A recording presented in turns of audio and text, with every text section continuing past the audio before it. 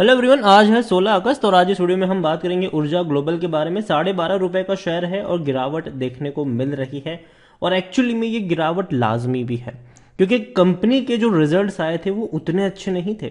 Company के revenue में भयंकर गिरावट देखने को मिल रही है और उसी के बारे में हम डिस्कस भी करेंगे। लेकिन उससे पहले अगर आपने अभी तक चैनल को सब्सक्राइब नहीं किया है तो प्लीज अभी इसे सब्सक्राइब कर लीजिए क्योंकि आगे भी बहुत सारे वीडियोस हैं जो आपको काफी ज्यादा हेल्प करेंगे। तो ऊर्जा ग्लोबल का जो शेयर है अभी 12.40 रुपए के आसपास ट्रेड कर रहा है और पिछले एक महीने में अगर हम देखें तो पिछले एक महीने में ऊर्जा ग्लोबल के शेयर में 8% का अभी भी ग्रोथ है। देखिए 11.5 रुपए के आसपास था, 14 के करीब पहुंचा, एक झटके में टूट गया और अभी अगर आप देखो तो 12 और 13 के बीच में ये झूल रहा है लंबे समय से। इवन पिछले एक साल की अगर हम बात करें तो पिछले एक साल में ऊर्जा ग्लोबल में 88% का ग्रोथ है। 6 रुपए का शेयर था, 35 तक गया था। ये इतनी बड़ी रफ्तार आई थी, ठीक है। और ये रफ्तार तब आई थी जब ये चर्चा हो रही थी कि शायद अदानी ग्रुप इसको भी खरीद लेगा, ठीक है। लेकिन बाद में हम सब जानते हैं कि ऐसा कुछ हुआ नहीं, टूट के बिखर गया ये शेयर। फिर तेजी बनती नजर आई, फिर अभी आप देखें तो लंबे समय से ये 12 और 13 की रेंज में फंसा हुआ है। यहां पर अगर आप और लॉन्ग टर्म देखेंगे तो भैया पैसा नहीं बना है, मतलब पहले नहीं बना था, बाद में तेजी जरूर हमें देखने को मिली, लेकिन लंबे समय से इसने परफॉर्म नहीं किया है। बीच बीच में पिरामिड जरूर बने छोटे छोटे, अगर आप देखो तेजी बनती नजर आई, फिर टूट गया, फिर बहुत बड़ी रफ्तार आई, फिर टूट गया, फिर बहुत बड़ी रफ्तार आई, फिर टूट गया। हो सकता है कि थोड़ा सा और करेक्शन देखने को मिले, लेकिन कुछ महीनों बाद फिर से इस तरीके की तेजी भी ये दिखा सकता है क्योंकि देखो न्यूज में रहने का शौक है इस कंपनी को, तो न्यूज में रहेगी, कोई ना कोई खबर आएगी कि अच्छा ये हो सकता है, ये होने वाला है, ऐसा होगा वैसा होगा, और भागना शुरू कर देगा ये, ठीक है। लेकिन बाद में क्या पता चलेगा कि अच्छा ऐसा कुछ भी नहीं हो रहा है, तो वापस जहां से शुरू हुआ था वहां पर फिर से भी लौट आएगा ये।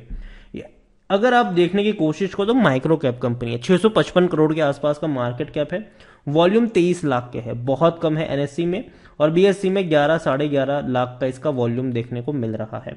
कंपनी के जो रिजल्ट्स आए हैं जून के वो उतने अच्छे नहीं है, एनकरेजिंग नहीं है। कंपनी को मुश्किल से 10.5 करोड़ का रेवेन्यू कमाया है, जो कम इसीलिए है क्योंकि इससे पहले ये 40 करोड़ से भी ज्यादा का, पिछले ही क्वार्टर में 40 करोड़ से भी ज्यादा का इनका रेवेन्यू था, तो 75% तक की इनके रेवेन्यू में गिरावट आई है। इवन पिछले साल के भी जून क्वार्टर में देखे तो 28 करोड़ से भी ज्यादा का इनका रेवेन्यू था, तो उससे भी कंपेयर करेंगे तो भयंकर गिरावट है क्योंकि इस बार सिर्फ 10.5 करोड़, उससे भी कम का रेवेन्यू इन्होंने कमाया है। अब बात करें प्रॉफिट की तो देखो कंपनी लॉस में नहीं है, कंपनी जरूर प्रॉफिट कर रही है, लेकिन सिर्फ 22 लाख रुपए का इनको मुनाफा हुआ है इस क्वार्टर में, 22 लाख रुपए। पिछले क्वार्टर में जहां 40 करोड़ से भी ज्यादा का रेवेन्यू था तब भी इनको जो प्रॉफिट हुआ था वो 22 लाख का था। मतलब रेवेन्यू में भले ही 75% की गिरावट आई हो लेकिन प्रॉफिट जितना हुआ था उतना ही हुआ है, मतलब मार्जिन में इंप्रूवमेंट आया है, ठीक है। ये आप कह सकते हो कि इनके मार्जिन में इंप्रूवमेंट आया है। यहां पर अगर एक और चीज देखें तो भैया एफआईल्स वालों ने बिकवाली करी जरूर थी दिसंबर और मार्च के बीच में, और प्रमोटर का एक भी शेयर गिरवी नहीं है, जो कि अच्छी बात है। ऊर्जा ग्लोबल में अगर हम देखने की कोशिश करें तो 43% लोग according to Moneycontrol user कह रहे हैं कि बेच दो, और 43% लोग कह रहे हैं कि खरीदो, और 14% लोग कह रहे हैं कि होल्ड करके बैठे रहो। कंपनी को लेकर अगर आप देखोगे तो इसी साल जनवरी महीने में भयंकर बिकवाली हुई थी यहां पर कंपनी के प्रमोटर्स और डायरेक्टर्स वगैरह के द्वारा, लेकिन बाद में कोई बड़ी बिकवाली भी नहीं देखने को मिली और ना ही खरीदारी देखने को मिली। कंपनी के रेवेन्यू में भयंकर गिरावट आई है और अभी तो और बड़ी गिरावट आएगी। आप देख सकते हैं कि कंपनी के रेवेन्यू अब तक 150 करोड़ के आसपास तो थे, 165 करोड़ का था फाइनेंशियल 2020 में, फिर कम हुआ लेकिन 150 करोड़ के आसपास रहा, लेकिन 2022 में यह मुश्किल से 72 करोड़ रहा, और अब तो और कम हो सकता है क्योंकि सिर्फ 10.5 करोड़ का ही रेवेन्यू हुआ है।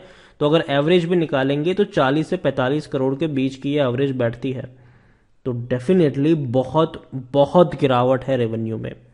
प्रॉफिट में भी अगर आप देखोगे तो प्रॉफिट भी कुछ खास नहीं है कंपनी का, और ये दिक्कत है। ऊर्जा ग्लोबल देखो देखने में कंपनी को लगे कि यार कितनी सारी प्रोडक्ट है इनके पास, ठीक है, वेबसाइट देख के काफी लोग एक्साइटेड हो जाते हैं यहां पर, लेकिन आप साथ में ये भी सोचो कि अगर इतनी सारी प्रोडक्ट है तो भैया इनका रेवेन्यू क्यों नहीं, क्योंकि बिकने वाली प्रोडक्ट उतनी ज्यादा नहीं है यहां पर।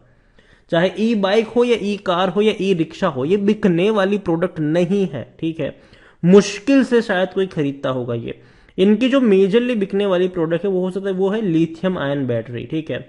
वो है सोलर होम लाइटिंग सिस्टम है, सोलर पैनल हो गया, ठीक है, सोलर स्ट्रीट लाइट हो गया, सोलर वाटर पंप हो गया, सोलर इन्वर्टर हो गया, सोलर वाटर हीटर हो गया, बैटरीज वगैरह हो गई।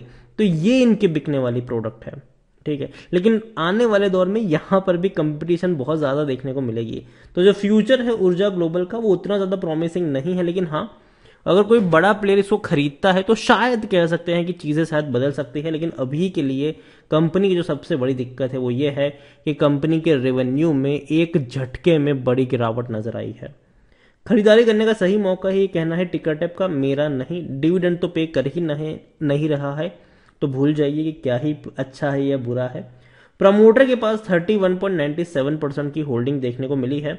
अभी मार्च की ये होल्डिंग है, जून का अभी तक डेटा नहीं आया है इनका, ठीक है। कहीं पर भी डेटा अपडेट नहीं हुआ है प्रमोटर की शेयर होल्डिंग पैटर्न का। हालांकि बिकवाली के कोई ट्रांजैक्शन भी देखने को नहीं मिले हैं पिछले क्वार्टर्स में, तो जाहिर सी बात है इतने ही रहेंगे। लेकिन हाँ प्रमोटर के इतने रहेंगे, लेकिन एफआईएल्स है और इवन अदर पार्टीज है उसका डेटा देखना पड़ेगा यहाँ पर। म्यूचुअल फंड के पास कुछ नहीं है। अदर डोमेस्टिक इंस्टीट्यूशन के पास 0.01% की होल्डिंग है, 0.02 एफआईएल्स के पास है, 68.01% की holding retail and other parties के पास देखने को मिल रही है।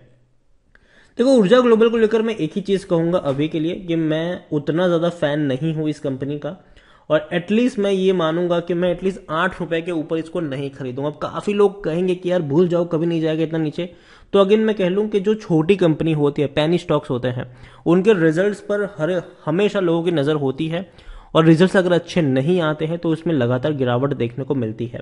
जबकि बाजार अच्छे मूड में था आज, लेकिन उसके बावजूद ऊर्जा ग्लोबल में गिरावट आई है, और हो सकता है कि ये जो गिरावट है वो शायद 1-2 दिन तक और कंटिन्यू हो सकती है।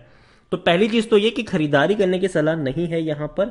और जहां तक फ्रेश बाइंग की बात है, हैवीली रिस्की कंपनियां होती है और जब भी ये टूटना शुरू करती है तो थोड़े से संतोष नहीं मानती है, ये टूट जाता है ज्यादातर, ये फिर से भागना शुरू करेगा फिर टूटेगा।